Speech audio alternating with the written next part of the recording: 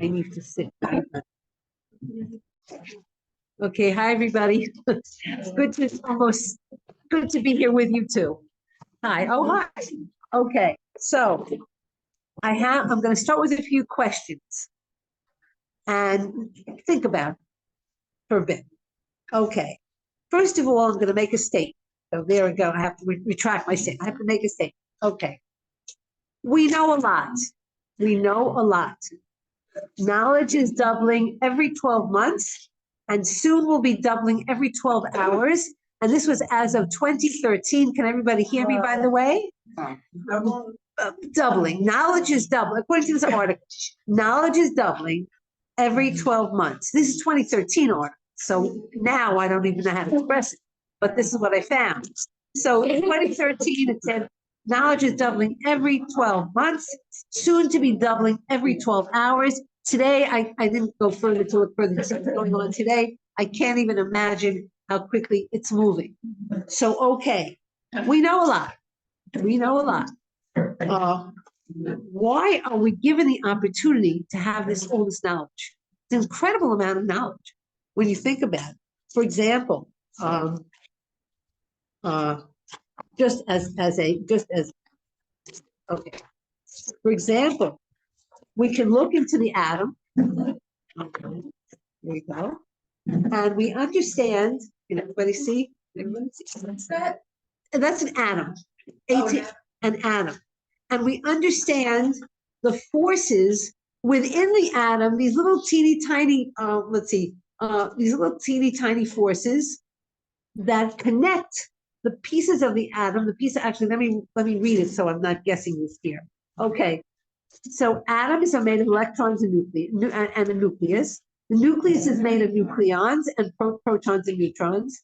Nucleons are made of quarks, okay? Quarks are bound together by something they call the strong force.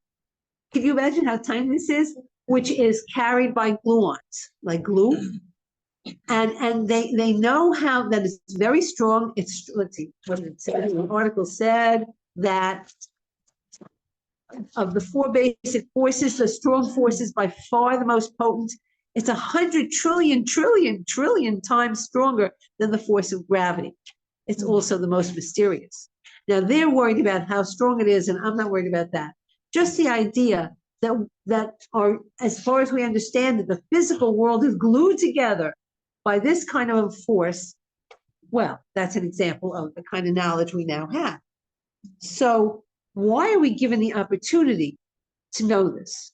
What is the significance of knowing this? We didn't know this a decade ago, perhaps. I don't know when they discovered this. Let's say we certainly didn't know about it 50 years ago.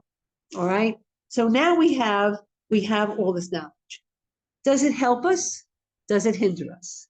Does knowing this stuff help us or hinder us? Okay. And the next question is, with knowing all this and seeing the vast multitudes of things in the universe, how can we see unity in all of this? Can we see unity? Unity. How can we see unity in all? Can we? And why should we worry about seeing unity? Well, now we know that there is one tefillah that everyone tries to carefully say every day. And that tefillah is one tefillah, Shema. Shema Yisrael. But what does the Shema tell us? It tells us an amazing thing. It says, Hashem Elokeinu, Hashem Echad. Right? And then it goes on. We'll go on to the next part of it later. There was a Persian king who lived in the 5th century and decided there were two things he didn't want the Jews to have. He did not want them to have Shabbos, and he did not want them to say the Shema. Because he did not want them to say the Shema. Because the Shabbos represents the Creator creating, the creation, okay? The Creator creating the world. And the Shema represents his achdus in the world, his unity. And so he tried to prevent the Jews from saying Shema, and he set up guards in front of the Beit Knesset. And so we outsmarted him, and we started saying it later on in the day, and so on and so forth, the whole story. But those two things, Hashem's unity and the fact that he created the world, are part of what we need to understand the world. That's why we're asked to do it, I think. We're asked to say the Shema, and so we can understand Hashem's role in this world. What is this understanding? Why? Because when we understand and see Hashem as part of the entire world, as part of the unifying the entire, everything in the creation is Hashem, and unifying that creation, when we start to see that, what do we have? We have Yirat Hashem. We have not so much, yes, the fear of God, but we have the seeing of God, the understanding that Hashem is in control and He's in charge. So here we go. So just as an example, because I have it, I thought it was so fascinating. The whole world is created in pieces, okay? But then we see sometimes how these pieces are connected one to each other, okay? And how do we see that? It's with something that Mr. Mandelbrot discovered, okay, in mathematics. And he discovered that a certain formula, okay, a certain formula creates an inter-inclusive repeating picture. The smallest to the largest, it's all the same. It's all the same. So you have, a beautiful, familiar with the Mandelbrot set. Okay, so we have this similarity, and we have here you go. That's so if you look at any piece of this, you'll see the whole thing duplicate. Any piece of this duplicates the whole thing. That is a way of a possible way of understanding the Achdut of Hashem. For Hashem, we're all part of this one unity, and He is that unity. So what is the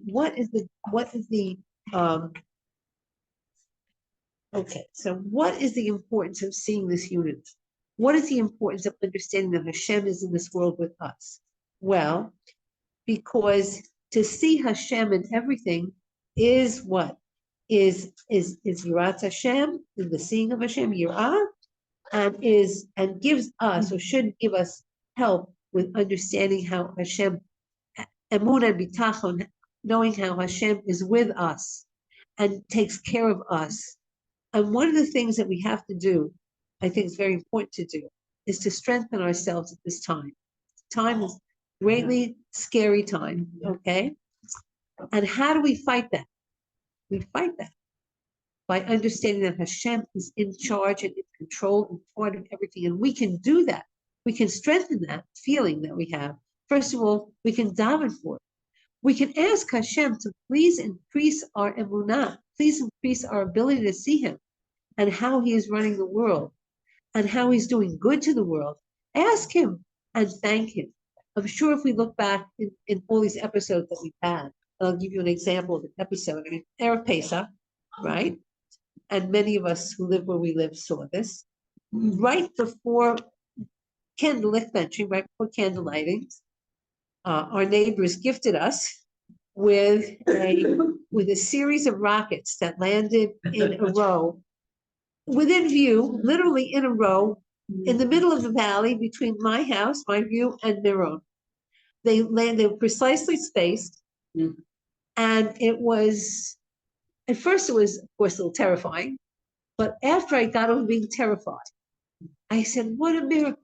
Hashem is giving us the opportunity, if we choose to take it, of understanding that behold over our door in every generation, they stand against us to destroy us, but HaKadosh Baruch Hu, Hashem, saves us from all of it.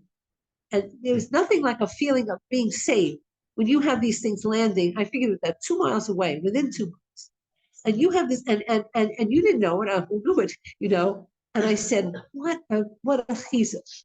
So one of the ideas that I wanted to share is that we can choose to take a positive take on everything that we see. We can choose to see everything in a positive light. That's our choice. That's our gift. Free choice, okay? Or we can read the news, and we can read more news, and we could read the warnings. Now, there's nothing wrong with taking precautions. I'm not saying to people, don't take precautions. Of course, you have to take precautions. But do it and let it go. Do it and don't agonize over it. Do it and don't worry about it. If you want to set up your safe, you want to be, accumulate bottles of water, whatever you do, fine, do it. I'm not saying it shouldn't be done, but keep in mind that, okay, that's your status, but Hashem is running the show and he's taking care of us. So here I found something, a chat, okay, a lot of chats out there. And one chat gave just a little quote, it wasn't the whole thing. It says, this war here is about consciousness and pure spirit.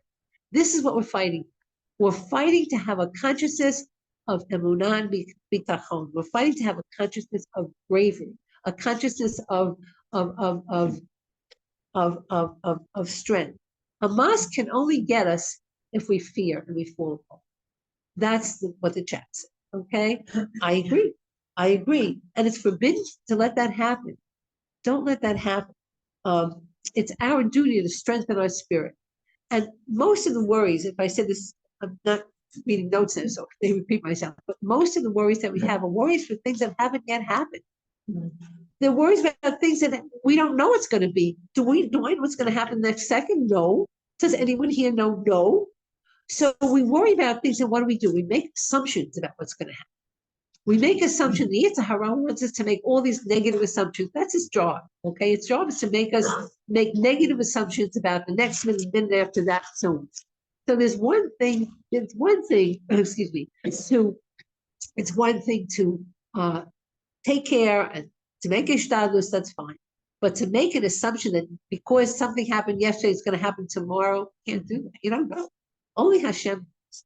And okay, so I just wanted to bring you some beautiful words with Rav Shimshon Raphael Hirsch.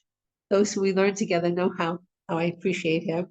And he writes like this, and I'll go slowly because his writing is translated very beautifully, but it's sort of heavy, deep. Okay, life as lived should be the flower of knowledge. Life should be the flower of knowledge. Isn't that beautiful? Picture knowledge as a tree and as picture. I'm sorry, life as earth and the flowers coming out. The knowledge is the flower. It should be life as lived should be the flower of knowledge. But in order that life may blossom out of knowledge, knowledge alone is not enough. Knowledge alone is not enough. The knowledge with which you have enriched your mind must be applied to yourself. Very important idea. The knowledge that you have must be applied to yourself. Sometimes you look at something, you hear something, and you say, that rings a bell. That feels true. That feels right. That's applying the knowledge to yourself. You must recognize that what you know is applying to you. You must transfer from the mind to the heart. Transfer to your heart. Which decides your course of action. So when after the knowledge is here and you bring it to your heart and you truly experience it. By the way, one of the things that's going on with all the stuff going on for me is it's almost an instant transfer to my heart. I believe in Hashem. I need to believe in Hashem. All of a sudden, boom.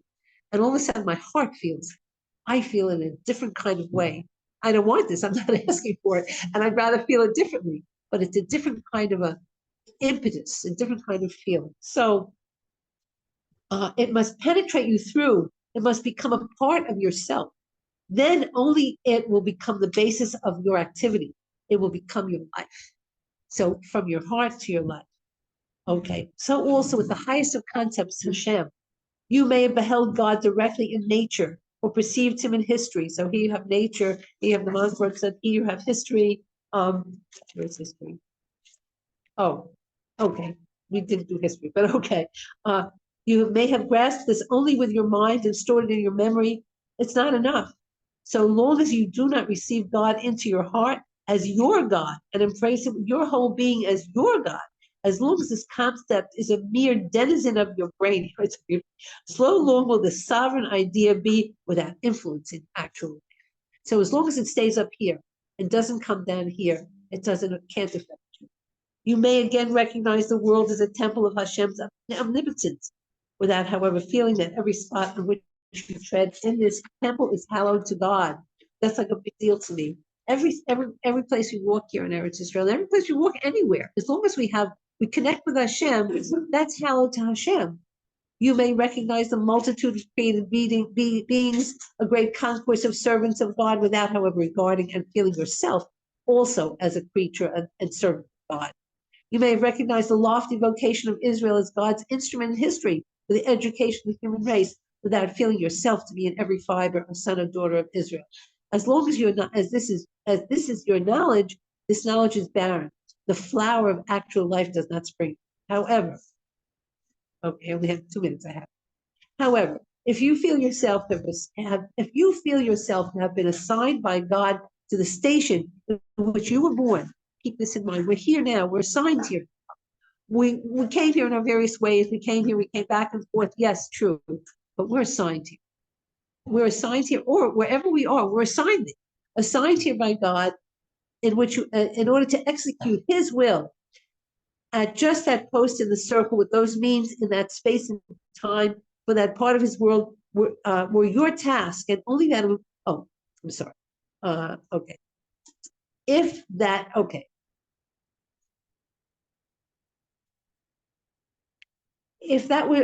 was where you were assigned, and it was only that of a blade of, if you were only assigned that which a blade of grass has to do, okay, with that consciousness and that spirit, then he says, this is so interesting, you stand on a level with the most brilliant, most gifted creatures. If you were just a blade of grass, in that consciousness, you see all creatures on one level, performing the tasks assigned to them by God, all servants around the throne of God. The foremost servant is man, charged with fulfilling God's will consciously and freely. And then he goes on to say, be wholehearted with the Lord your God. Your life has a twofold aspect: what happens to you and what comes from you, what you receive and what you produce, your lot and your actions. With both and every fraction of both, you must feel yourself immediately under God. Your lot proceeds directly from God, so live your life directly for God and holy. God causes you to be born at such and such a time, at such and such a place, of such parents, in such an environment. He brings you into contact with such men and women. He brings you friends, teachers, etc. He brings you faculties of body and mind, places you in the position of life. He gives you all this as a means with which to carry out His will. Everything which falls to you, you owe, therefore, directly to God. And again, it's the will alone which you should fulfill with all that has fallen to you, should, not must. But whether you really fulfill it depends on yourself. Everything is in the hands of God except for the fear of God and except for your free choice. You have a choice. What are you going to do with everything God has given you? You have a choice. So may we please Hashem make amazing choices and have amazing connection with Hashem, and that is our source.